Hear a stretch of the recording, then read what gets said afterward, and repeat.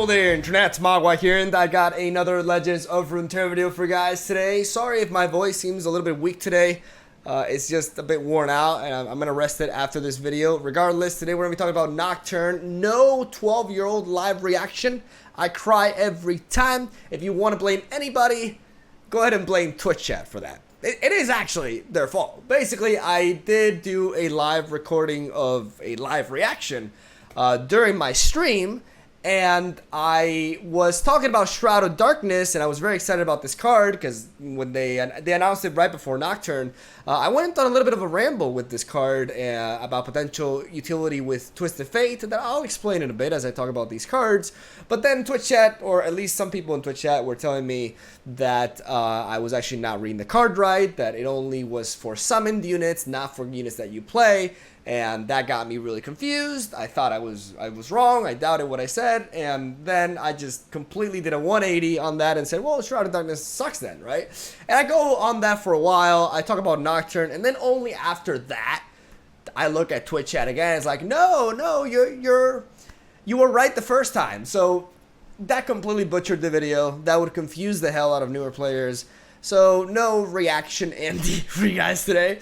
And yeah, just next time I do one of these, and I'm happen to be live streaming, I don't know what the hell this is. I won't look at Twitch chat, so I won't get interrupted, and I won't get debated or misled, because that was frustrating, man. I had a pretty good video. I love Nocturne. I freaked out when I saw him, but you have to wait for the next one for an actual live reaction, I guess. So yeah, speaking of Nocturne, Nocturne is the shit, man. Nocturne has the same stat line as Ash. I'm not sure if you guys can see the cards clearly here. The quality isn't the greatest, but I can read the text so you guys have a clear idea of what I'm talking about. You can also check out the cards yourselves, the Play Runeterra Twitter, or check out the Runeterra YouTube channel where they do the reveal as well.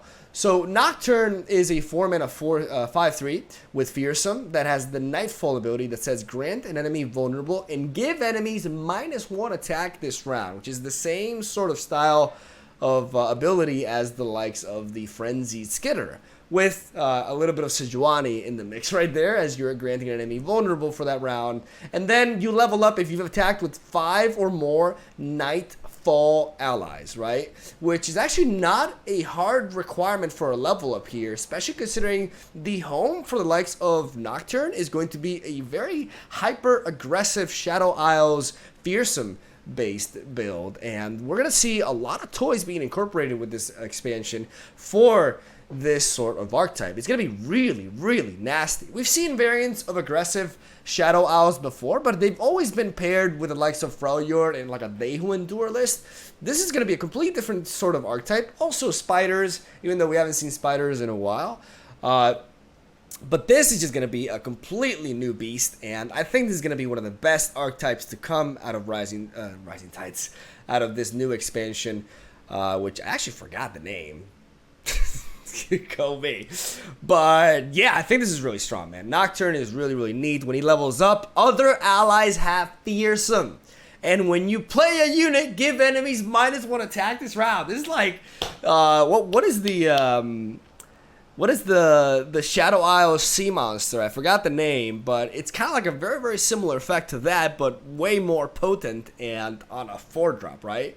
Which is just absurd. We also have another Biofeast introduced onto Shadow Isles. We have another Drain 1 effect to anything, which means you can actually go face with this. Like, this is better than Biofeast in many, many ways.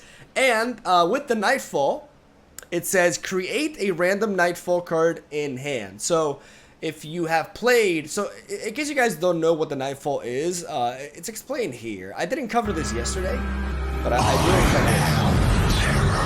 do. Actually, no, that's not it. There we go. So Nightfall, as you guys can see, is bonus if this is not the first card you play in a round, right? So basically, with this new version of Vile Feast, which is called Unspeakable Horror, if you play any other card before it, it can even be like a cheap burst speed spell or whatever, or a cheap unit, you are able to drain. It's kind of like a Vile Feast, but instead of the Spiderling, you're creating a Nightfall card in hand, right? And I think that's I don't know, I think that's just crazy. The fact that this can also drain one from anything, like including Go Face, it's just like Vile Face is already a really good card. So adding more tools just like that one and potentially even better in certain decks is just exciting and scary at the same time, right? Because it gives Shadow Isles a lot of utility. This is a very neat signature card for Nocturne to have, in my opinion. Shroud of Darkness has a lot of really neat implications. Now I know 100% how it works, even though that's how I saw it the first time. God fucking damn it. Shroud of Darkness means that the next time you summon an ally this round, which means you can also play it from your hand, it counts that too, in case you're wondering. Give it +1 attack and spell shield this round. I really like Shroud of Darkness with Twisted Fate, because you can, if you have 3 spell mana, on turn 4 you can play Shroud of Darkness into Twisted Fate, into the blue card, which will attune and give you back that spell mana, so you can go for the pick a card. And if you have stuff like Rummage, amongst other things, in your hand to level up Twisted Fate, all of a sudden you have a spell shield. Like, you're able to play Twisted Fate on curve with protection and going for the pick a card, which allows you to potentially level up Twisted Fate at burst speed the next turn. This could be a really strong enabler for Twisted Fate as a champion, and I think it's massive. I think this card has other implications for sure, other potential combos, but it is a really, really strong combo piece for that, and I am definitely really excited to experiment with it in that particular environment. Will it be necessary in Nightfall decks? I mean, it does enable Nightfall at the same time, right? It is a 1-mana spell that allows you to use it onto before you play Nocturne, so that you get the effect. So I think this card will also see play in those decks, but it goes beyond Nightfall synergy, which is why I think this is a really, really cool card. I really dig the design, and I love Nightfall as a mechanic as well. I'm just a big, big fan of what they're doing here. This is definitely a huge upgrade, competitively speaking, from the Freljord reveals that we saw the other day. I think Shadow Isles definitely got the stronger stuff here, and very, very impressed with the cards that we got to work around here. We have more support for miss rates, ladies and gentlemen. Risen Miss may seem excessive, as you're paying technically 4 mana for a 2-drop, but you're spawning that 2-drop at burst speed, which means you can go for this and then open attack without passing over initiative to the opponent. And the more miss rates you play, the more attack they're going to be getting, and overall this card at a certain point will definitely be worth the 4 mana you're spending for it. So really, really cool that we're seeing more support for the miss rates, as this card I think is going to be really, really neat for that. And then we got Encroaching Shadows, a 2-mana burst speed spell that says pick a follower from the top 4 cards in your deck, draw it, shuffle the rest into the deck, then create an ephemeral copy in hand. Now this has a lot of implications. This card is really interesting. I have to think about like potential combos, but this goes beyond just like fully smork decks. There's some really neat shit you can do with this, and I'm really looking forward to like you know, what's the word here, theorycraft with this a little bit. Encroaching Shadows is really interesting. It's hard to evaluate initially because it is kind of like a 2-mana do nothing, right? So from the get-go, it's not really that good, but there can be some very, very nice combinations. It is only a follower. It's not a champion, though, so you can't get too cheeky with it.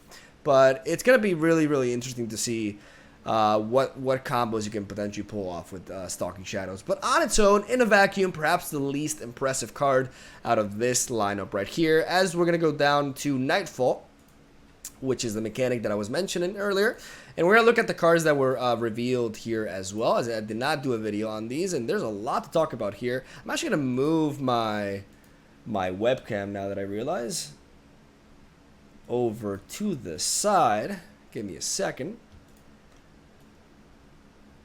There we go. We got the Stygian Onlooker, which is a 1-mana 2/1 with Nightfall. Give me +2 attack and fearsome this round. I think absolute staple for Nightfall decks. First of all, because you want a lot of 1-mana plays in Nightfall decks, because you want to be able to enable Nightfall to begin with. And this is also a fantastic resource for these fearsome Nocturne decks that are going to be running around. This card is a 4/1 with fearsome if it's played after something else. And that could be just crazy. Especially like when you have leveled up Nocturne and you're able to just play like multiple Stygian onlookers and you're reducing the opponent's attack. Like, I'm telling you guys, man, this archetype is scary as fuck. This archetype is really terrifying. I guess pun intended. We're gonna move on to Doom Beast as well. This is a 3-mana 3/2. This is one's a little bit less exciting. It drains 2 from the enemy next. It's a pretty neat effect, but I think you're gonna be playing this mostly because it's a Nightfall unit, and you want to be able to attack with as many Nightfall units as possible to level up Nocturne. So it will be included because of that, but it's not really as good as the 1-drop in my opinion. As we move on to the Dust Rider, a 5-mana 2/5, and I did not click pause. That says Nightfall, grant me +1 attack for each time we've activated Nightfall this game. Now, I have to see all the Nightfall cards and actually play test the archetype itself to, you know, reach the conclusion of whether Dust Rider is worthy to be run or not. It's definitely, like, even if you have a tremendously, like, high attack stat, like, even if you are just so you guys understand, even if you're able to trigger this, like, 4 times, or Nightfall 4 times, you reach a 6/5 stat line, which is the equivalent of the 6/5 Shield Breaker from Noxus, which is a card that sees no play whatsoever. It didn't even see play in Noxus Allegiance decks. So I'm not really too excited about Dust Rider. I could be wrong. Maybe it'll be a really valuable asset in the Nightfall deck, but I don't think it will. I think you're better off running more low curve units, making sure they can enable Nightfall easier. So you're going to have to go easy on Dust Rider. I'm not really particularly into this card. I think it is understated, and it may be a bit of a trap, though I am open to being wrong about that. As we are going to talk about Passage Unearned. This is perhaps one of the weirdest designs I've seen in Legends of Runeterra up to date. It is a 3-mana fast speed spell that says obliterate all units that were summoned but not played this round. This card is an exceptional counter, very, very potent counter to plays like the Harrowing, even Hecarim and Ephemerals, you know, ironically enough, and many others, you know, Anivia based decks. A lot of Shadow Owl strategies are countered by this, but not only those, like any sort of archetype that's focused on spawning a lot of units and summoning, like this card can just be a really efficient play, but it's a very binary card. This card only makes sense to me from a design perspective if they aim to potentially push best of 3 with sideboard in competitive Legends of Runeterra, because this is like a Magic the Gathering sideboard card. Very, very specific counter to certain strategies, but an absolute dead card in others. And I just don't really like the design because of that, because I think Runeterra should remain a best of 1 game. But maybe there's so many summon effects with this new expansion that this card actually becomes, like, you actually have a good reason to run it, but you would never run a full set of this, I think. I mean, I don't quote me on that, but I mean, you can quote me on that. Like, you would never run a full set of this, like, ever, right? Unless you're incorporating onto a sideboard. And, you know, having that said, what the hell is this? I think I have a virus or something. But, yeah, I don't know. I don't know how I feel about Passage Unearned. It's really weird. It's incredibly powerful, backbreaking in certain scenarios, and just completely useless in others. And I don't really like cards that, you know, follow that sort of design. Not really a big fan of that card design, and I would really like to hear Riot's reasoning for creating that card to begin with. You know, they do a fantastic job for the most part designing sets, but there are some slip-ups here and there, you know, like cards like Undying Spirit, for example. No, Unyielding Spirit. Also don't make as much sense.